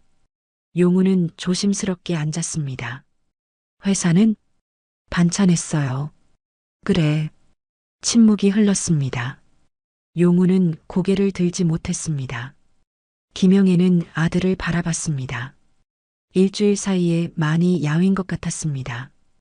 어머니, 죄송합니다. 용우가 먼저 말을 꺼냈습니다. 제가 잘못했어요. 형님이랑 비교하고 어머니 앞에서 싸우고 다 제 잘못이에요. 용우의 목소리가 떨렸습니다. 눈가가 붉어졌습니다. 너만 잘못한 게 아니야. 김영애가 말했습니다. 아니에요. 제가 먼저 형님한테 비꼬는 말을 했어요. 100만 원이 부럽다고, 여유 있다고. 용우는 자책했습니다. 그래도 형도 배려가 부족했어. 어머니, 사실은요. 용우는 잠시 망설이다가 말을 이었습니다. 형님이 어머니 땅을 알아봤대요. 김영애는 놀라지 않았습니다. 이미 알고 있었기 때문이었습니다. 너도 알았구나. 네. 며칠 전에 형님한테 전화했어요. 그때 형님이 말씀하셨어요. 자기가 어머니 몰래 부동산 중개소를 다녀왔다고. 그래서 100만 원을 준 거구나. 김영애는 혼잣말처럼 중얼거렸습니다. 형님이 그러시더라고요. 땅을 팔아서 어머니를 서울 근처로 모시고 싶었대요. 그리고 사업 자금도 필요했다고. 용우는 말을 이었습니다. 형님이 지금 회사에서 프로젝트를 맡았는데 개인 투자금을 넣으면 승진이 보장된대요. 그런데 돈이 없어서 어머니 땅을 생각한 거래요. 김영애는 한숨을 쉬었습니다. 그럴 줄 알았습니다. 그래서 100만 원으로 미안함을 달래려고 했던 거구나. 형님이 정말 많이 후회하고 계세요. 어머니한테 말씀도 안 드리고 땅을 알아본 것, 그게 가장 큰 잘못이었다고. 매일 밤 잠도 못 주무신대요. 자기가 어떻게 그런 생각을 했는지 자기 자신이 너무 한심하다고. 용우는 고개를 숙였습니다.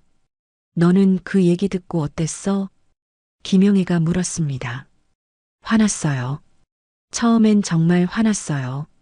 형님이 그런 생각을 하고 있었다는 게. 용우는 주먹을 쥐었습니다. 그런데요, 어머니. 저도 마찬가지였어요. 뭐가? 저도 형님을 질투했어요. 형님은 넉넉하고 좋은 차 몰고 여유 있게 사는 거 보면서 저는 왜 이렇게 쪼달리나 싶었어요. 용우는 솔직하게 말했습니다. 그래서 10만 원밖에 못 드린 게 너무 부끄러웠어요.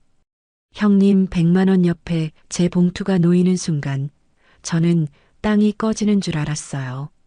용우야, 어머니, 제가 잘못 생각했어요. 돈이 중요한 게 아니었는데 저는 돈으로 효도를 재고 있었어요. 용우는 눈물을 흘렸습니다. 그리고 가장 큰 잘못은 형님이랑 싸운 거예요. 어머니가 평생 바라신 게 뭔지 알면서도 형님이랑 다퉜어요. 어머니 앞에서. 김영애는 아들의 어깨를 잡았습니다. 너 이제 알았구나. 네. 너무 늦게 깨달았어요. 용우는 어머니 손을 잡았습니다. 어머니, 용서해 주세요. 저 정말 잘못했어요.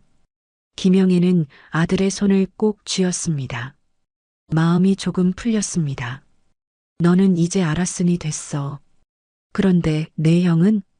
형님은 아직 어머니한테 직접 말씀드릴 용기가 안 나신대요, 그래? 네. 형님이 저한테 전화하면서 울었어요. 자기가 어머니한테 얼굴을 들 수가 없대요. 땅 일도 그렇고 동생이랑 싸운 것도 그렇고.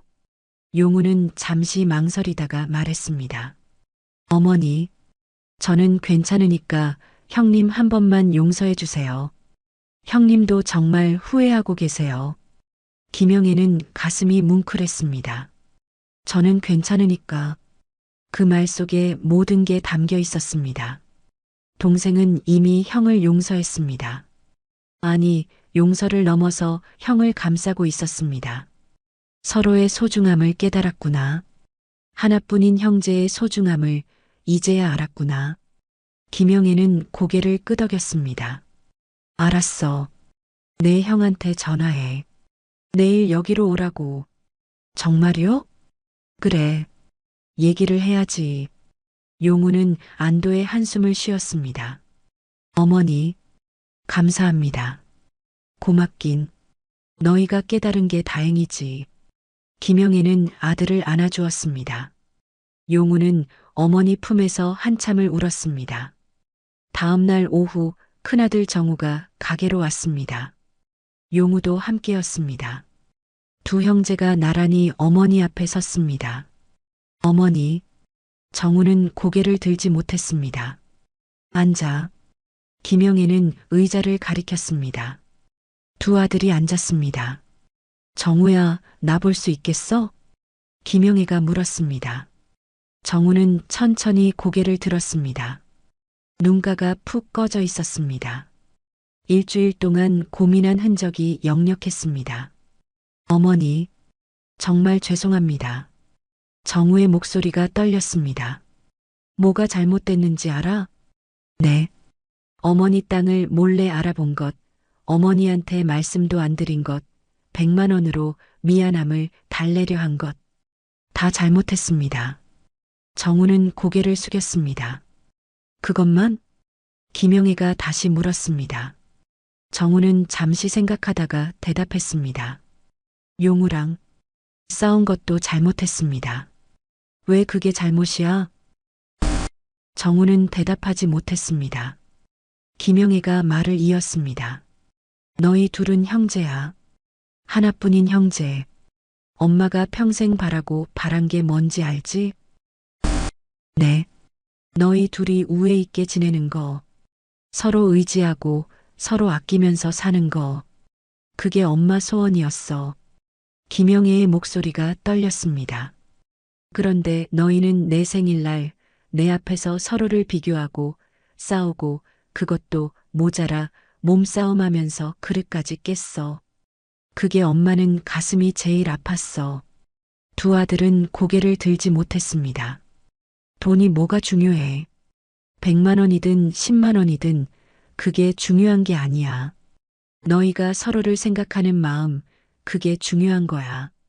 김영애는 두 아들을 번갈아 보았습니다. 정우야, 너는 동생 형편을 생각 안 했어. 내가 100만 원 내면 동생이 어떤 기분일지 한 번이라도 생각해 봤어? 아니요. 정우는 솔직하게 대답했습니다. 용우야, 너도 마찬가지야.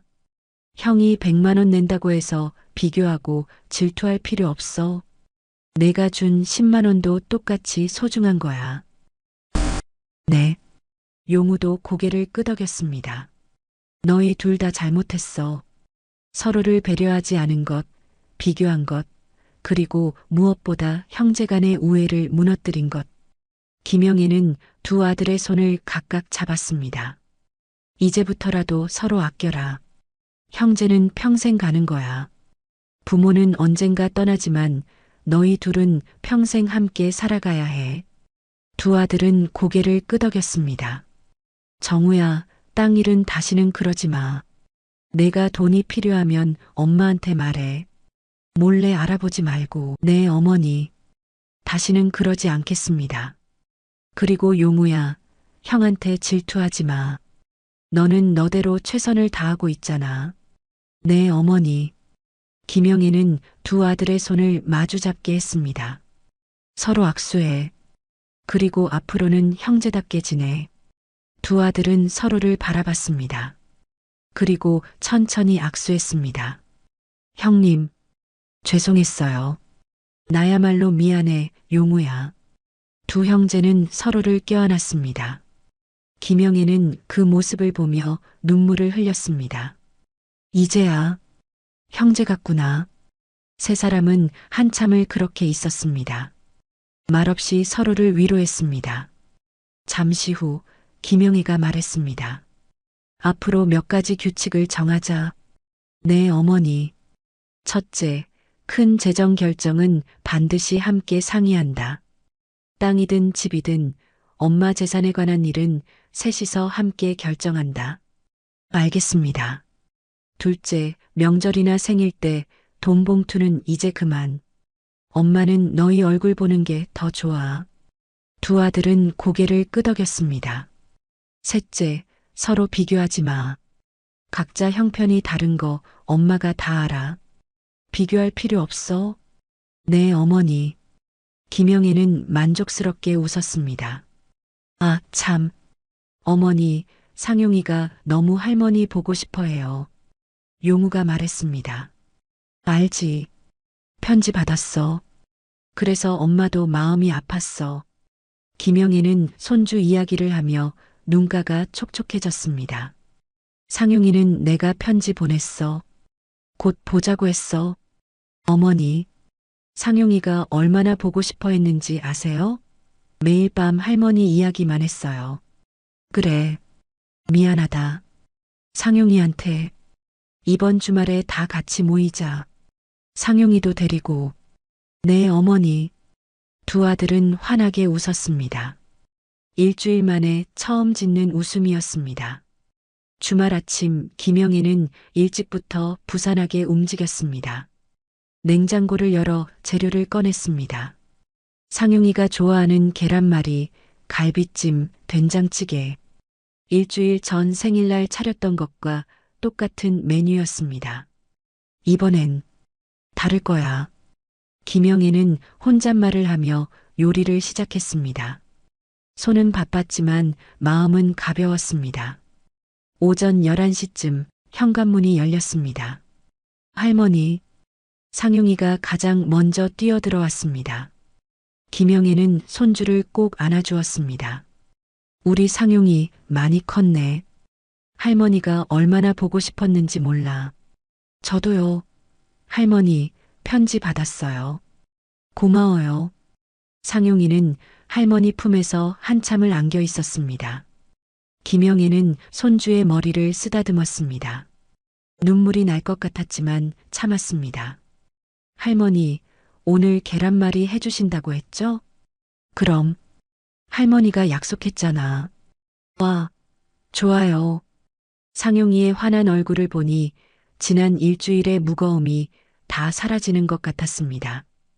큰아들 정우와 며느리, 작은아들 용우와 며느리도 들어왔습니다. 네 사람 모두 조심스러운 표정이었습니다. 어머니, 저희가 정말 죄송했습니다. 큰 며느리가 앞으로 나섰습니다. 고개를 깊이 숙였습니다. 지난번에 제가 말을 함부로 했습니다. 동생네를 배려하지 못하고 어머니 앞에서 큰 소리 치고 정말 잘못했습니다. 저도 죄송해요, 어머니. 작은 며느리도 고개를 숙였습니다. 저도 흥분해서 말을 가려서 하지 못했어요. 형님네를 원망하고 어머니 생신날 분위기를 망쳤습니다. 용서해 주세요. 두 며느리는 진심으로 사과했습니다. 김영애는 두 사람을 바라봤습니다. 고개 들어라. 어머니, 너희도 각자 남편 편을 든 거잖아. 이해해. 앞으로는 서로 배려하면서 지내면 돼. 감사합니다, 어머니. 두 며느리는 서로를 바라봤습니다. 그리고 조심스럽게 고개를 숙여 인사했습니다. 형수님, 지난번엔 제가 너무했어요. 아니야. 나도 미안했어. 두 사람은 어색하게 웃었습니다. 하지만 그 웃음 속에 진심 어린 화해의 의미가 담겨 있는 걸 김영애는 느낄 수 있었습니다. 그래, 다들 왔구나. 들어와. 김영애는 가족들을 맞이했습니다. 일주일 전과는 다른 분위기였습니다. 긴장감 대신 조심스러운 기대감이 흘렀습니다. 식탁에 모두가 둘러앉았습니다. 김영애가 준비한 음식들이 하나씩 나왔습니다. 갈비찜, 된장찌개, 계란말이, 각종 밑반찬들. 어머니, 제가 도와드릴게요. 큰 며느리가 일어났습니다. 저도요. 작은 며느리도 따라 일어났습니다. 두 며느리가 함께 음식을 나르기 시작했습니다. 일주일 전 부엌에서 신경전을 벌였던 것과는 다른 모습이었습니다. 형님, 이거 제가 들게요. 아니야, 괜찮아. 같이 들자. 두 며느리는 서로를 배려하며 움직였습니다. 김영애는 그 모습을 보며 흐뭇하게 웃었습니다. 식사가 시작되었습니다. 할머니, 이거 정말 맛있어요. 상용이가 계란말이를 한 입 베어 물며 말했습니다. 그래, 많이 먹어. 네. 상용이의 밝은 모습에 식탁 분위기가 한결 부드러워졌습니다. 어머니, 정말 맛있어요. 정우가 말했습니다. 그래, 많이 먹어라. 형님, 갈비찜 좀 드세요. 용우가 형 앞에 갈비찜을 밀어주었습니다. 고마워, 용우야. 너도 많이 먹어. 두 형제는 서로를 챙겼습니다. 일주일 전 서로를 비난하던 모습은 온데간데 없었습니다. 식사를 마치고 김영희가 말했습니다. 얘들아, 엄마가 생각한 게 있어. 모두가 김영희를 바라봤습니다. 지난번에도 말했지만 앞으로 우리 가족이 지켜야 할 규칙들이 있어. 네, 어머니. 첫째, 큰 재정 결정은 반드시 함께 상의한다. 땅이든 집이든 엄마 재산에 관한 일은 셋이서 함께 의논해서 결정한다. 정우가 고개를 끄덕였습니다. 네, 어머니. 다시는 혼자 결정하지 않겠습니다. 좋아. 그리고 그 약속을 지키기 위해 서면으로 합의서를 만들자. 김영애는 미리 준비해둔 종이를 꺼냈습니다. 엄마 재산 관련해서 중요한 결정을 할 때는 세 사람이 모두 서명한 합의서를 작성한다. 이렇게 하면 나중에 오해도 없고 투명하게 할 수 있을 거야. 좋은 생각이세요, 어머니. 용우가 말했습니다. 둘째, 명절이나 생일 때 돈 봉투는 이제 그만. 김영애는 단호하게 말했습니다. 엄마는 너희 얼굴 보는 게 더 좋아. 돈은 필요 없어. 그냥 와서 밥 먹고 얘기하고 그게 효도야. 두 아들은 고개를 숙였습니다. 지난번에 그걸 몰랐어요. 죄송합니다. 정우가 말했습니다. 알았으면 됐어. 앞으로는 그렇게 하자. 셋째, 서로 비교하지 마. 각자 형편이 다른 거 엄마가 다 알아. 정우는 정우대로, 용우는 용우대로 최선을 다하고 있잖아. 김영애는 두 아들을 번갈아 보았습니다. 누가 더 많이 하고 적게 하고 그런 거 없어. 마음이 중요한 거야. 네, 어머니. 두 아들이 동시에 대답했습니다. 그리고 마지막으로 김영애는 잠시 말을 멈췄습니다. 너희 둘 형제간에 우애 있게 지내라. 그게 엄마 소원이야. 네, 어머니. 정우가 동생을 바라봤습니다. 용우야, 형이 미안했어. 내 형편을 생각 안 하고. 아니에요, 형님.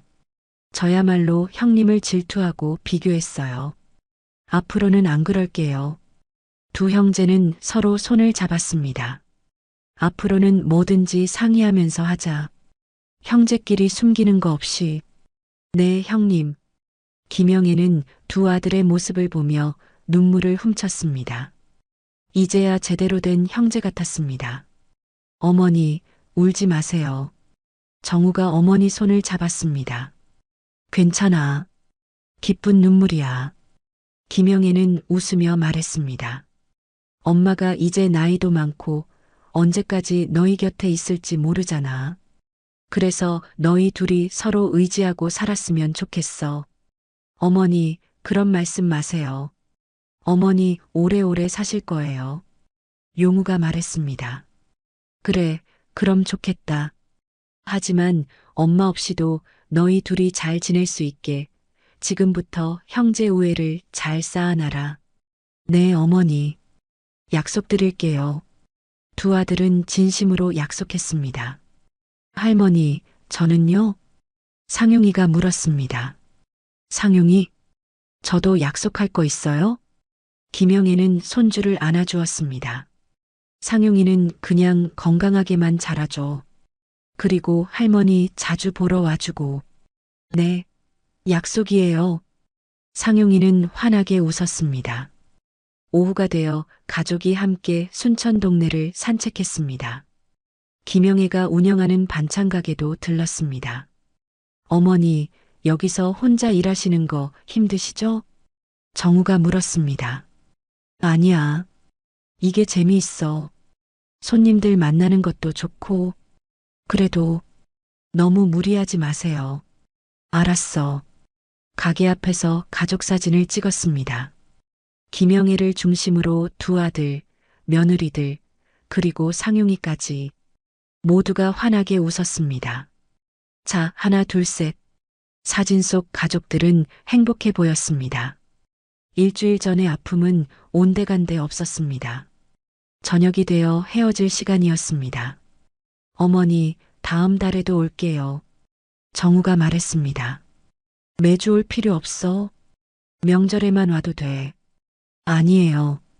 자주 뵙고 싶어요. 나도요, 어머니. 우리 번갈아 가면서 올게요. 용우도 거들었습니다. 그래, 너희 마음대로 해라. 김영애는 웃으며 말했습니다. 할머니, 저 다음 달에 또 올게요. 상용이가 할머니를 안아주었습니다. 그래, 우리 상용이. 기다릴게. 가족들이 차에 올라탔습니다. 김영애는 손을 흔들며 배웅했습니다. 조심해서 가라. 네, 어머니. 차가 떠나고 김영애는 혼자 집으로 돌아왔습니다. 텅 빈 집이었지만 일주일 전처럼 쓸쓸하지 않았습니다. 오늘 하루 가족들과 함께한 시간이 집 안가득 남아있는 것 같았습니다. 김영애는 오늘 찍은 가족 사진을 꺼내봤습니다. 모두가 환하게 웃고 있었습니다. 이 사진을 액자에 넣어 거실에 걸어둬야겠다고 생각했습니다. 침대에 누워 김영애는 생각했습니다. 일주일 전 생일날은 최악이었습니다. 두 아들이 다투고 가족이 뿔뿔이 흩어지고 마음이 너무 아팠습니다.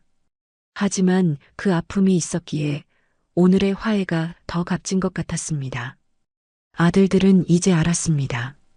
돈이 중요한 게 아니라 마음이 중요하다는 것을, 형제 간의 우애가 얼마나 소중한지. 김영애는 만족스럽게 웃었습니다. 이제야 제대로 된 가족 같구나. 그날 밤 김영애는 편안하게 잠들었습니다. 오랜만에 숙면을 취했습니다. 며칠 후 박순자 할머니가 가게로 찾아왔습니다. 영애 씨, 요즘 표정이 많이 밝아졌네요. 무슨 좋은 일 있어요? 좋은 일이라기보다는 문제가 해결됐어요. 아들들이랑?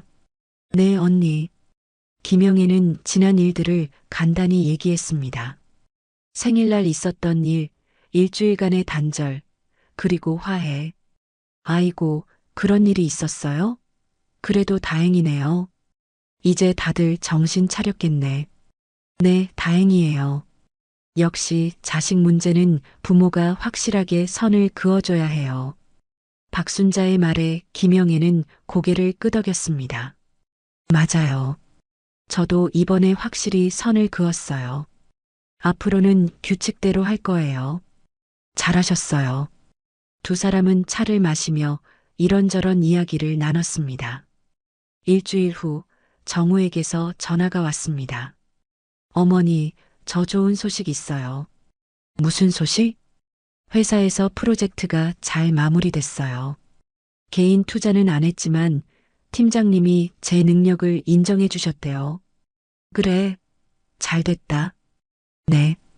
어머니 딴 생각 안 하고 제 능력으로만 했더니 오히려 더 잘 됐어요. 정우의 목소리는 밝았습니다. 다행이다. 앞으로도 그렇게 해라. 네, 어머니. 그리고 진짜 감사해요. 어머니가 그때 혼내주셨기 때문에 정신 차렸어요. 알았으면 됐어.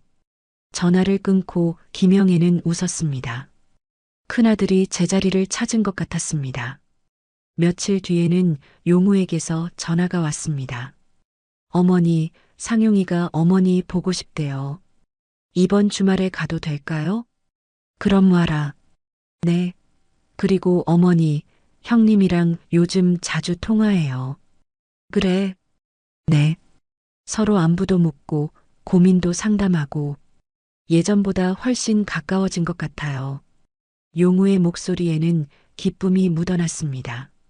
다행이다. 형제끼리 그렇게 지내야지. 네, 어머니. 어머니 덕분이에요.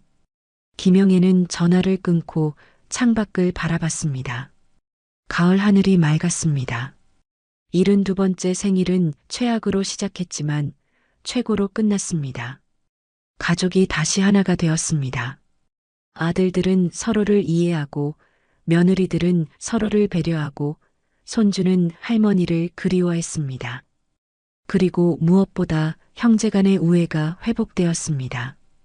김영애는 만족스럽게 웃었습니다. 돈보다 귀한 건 마음이었어. 그 마음을 이제 애들이 알았으니 다행이야. 평생을 바라고 바란 것. 두 아들이 우애 있게 서로를 아끼며 살아가는 것. 이제야 그 소원이 이루어진 것 같았습니다.